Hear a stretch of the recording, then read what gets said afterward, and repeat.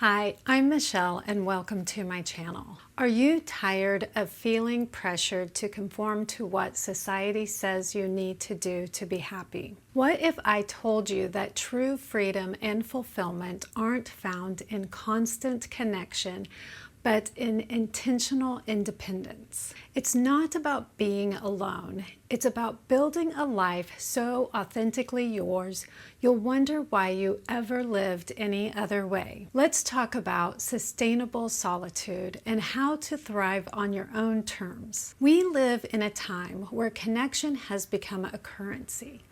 We're told if we're not constantly posting, texting, replying, or meeting up, we're missing out. But what if the real thing we're missing is ourselves? Modern life often confuses being visible with being fulfilled. The world rewards constant noise, the updates, the conversations, the notifications, and yet so many of us feel emotionally drained, overstimulated, and strangely disconnected. Sometimes I wish my own friends and family didn't feel the need to update me every day on their lives. I love them all so much, but sometimes I just crave silence. Solitude isn't a punishment, it's a practice. It's the quiet, sacred space where your thoughts can stretch out, where creativity begins to whisper again, and where your nervous system finally gets to exhale.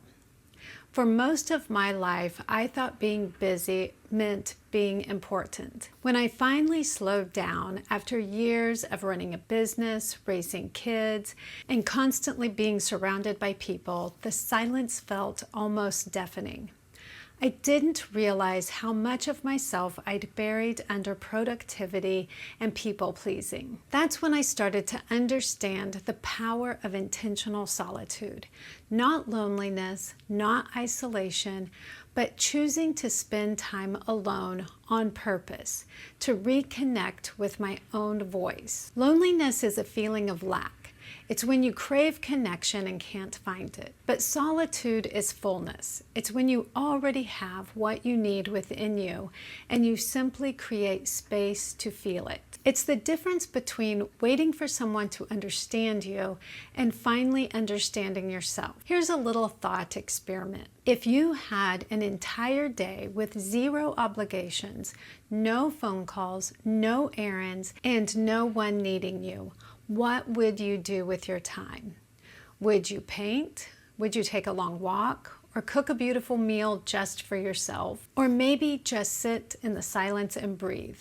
Most people don't know how to answer that question because we've been conditioned to live reactively, responding to other people's needs, demands, and opinions.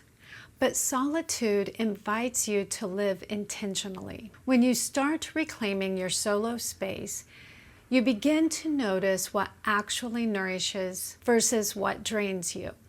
You start creating from a place of peace instead of pressure, and you rediscover what it feels like to be fully present in your own life, without needing someone else to validate it. Once you begin to embrace solitude, your surroundings start to matter in a whole new way. Your home becomes more than just a place you live.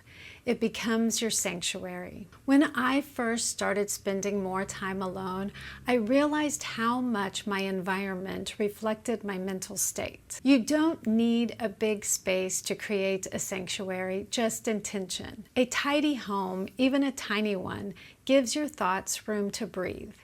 Think of your home as a reflection of your inner world, a visual reminder of how you want to feel. Maybe that means a cozy reading chair by the window, or a small table where you sip your morning coffee, or a spot where you paint, sketch, or dream, just for you. No purpose and no audience. Then there's the digital world.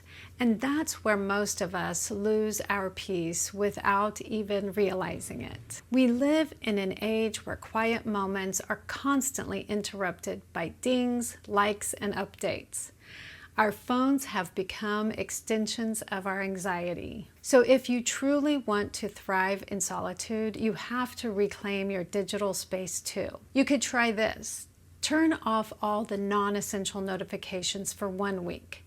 You'll be amazed how much mental space it opens up. Create tech-free zones, like no phones at breakfast or in the evening while you're winding down.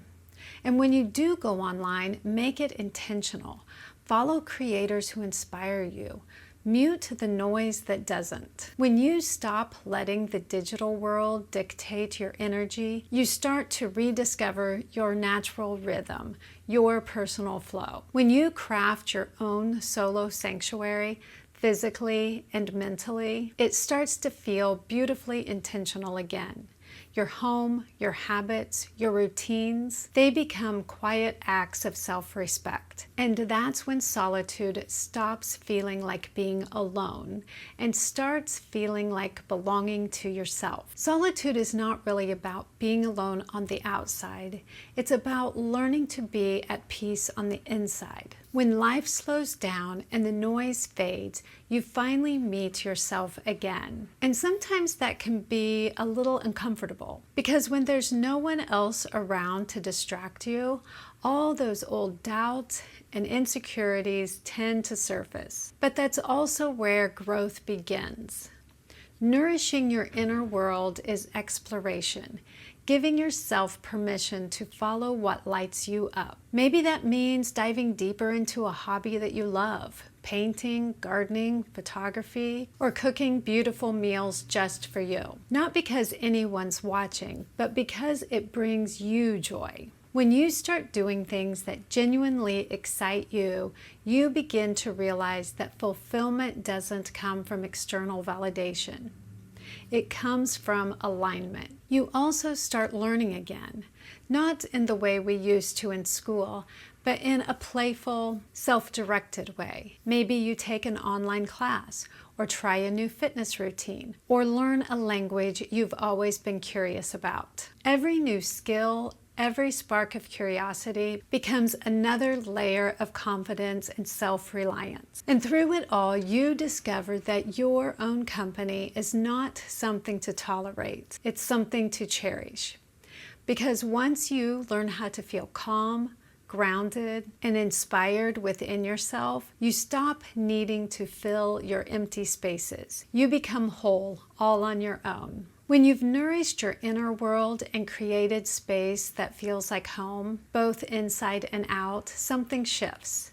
You stop simply existing alone and start thriving on your own terms. It's learning to build connection that feels authentic instead of obligatory. In solitude, you become more discerning. You start to crave depth over drama and quality over quantity. The friendships you choose now, they're intentional, grounded, and supportive. Maybe it's 1 or 2 close friends who truly understand you. Maybe it's family that you connect with on new terms. Or maybe it's a community that you find through shared passions, creative work, volunteering, travel, or meaningful conversation. When you thrive on your own terms, you no longer chase approval or validation. You stop performing and start living, and you honor your unique path, even if it looks nothing like anyone else's. Because the truth is, independence isn't isolation, it's liberation. You've built a life that supports who you are emotionally, financially, and spiritually. Solitude starts with you, but the impact doesn't stop there. When you're grounded in who you are, you show up differently in the world. You listen more deeply and you connect more intentionally. You no longer need people to fill your empty spaces. You invite them in because you want to share your fullness. And people notice. They feel your calm, your quiet confidence. They see someone who isn't chasing, someone who's simply being. Your independence doesn't make you distant. It makes you more available for genuine connection. Because when you know and honor yourself, you can love others without losing your center. So as you continue your journey, maybe you're starting fresh, maybe you're rediscovering yourself after years of giving to everyone else, know that you are allowed to live a life that feels peaceful, You are allowed to choose quiet over chaos, and you are allowed to thrive entirely on your own terms. Because when you do, the world around you becomes a kinder, calmer place too. Thank you so much for watching.